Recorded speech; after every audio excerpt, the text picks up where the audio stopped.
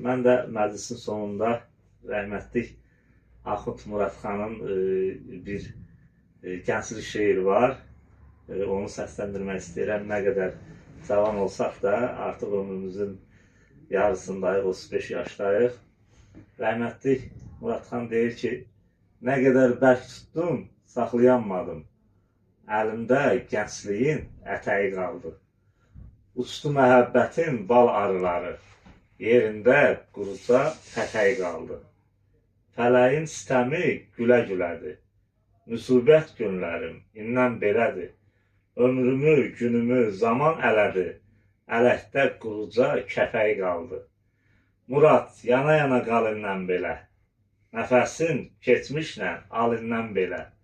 Otur boş-boşuna, çal indən belə, gənclikdən bir xəyal tütəyi qaldı.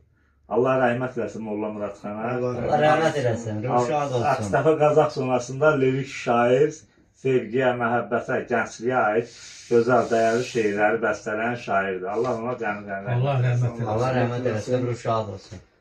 Sağ ol.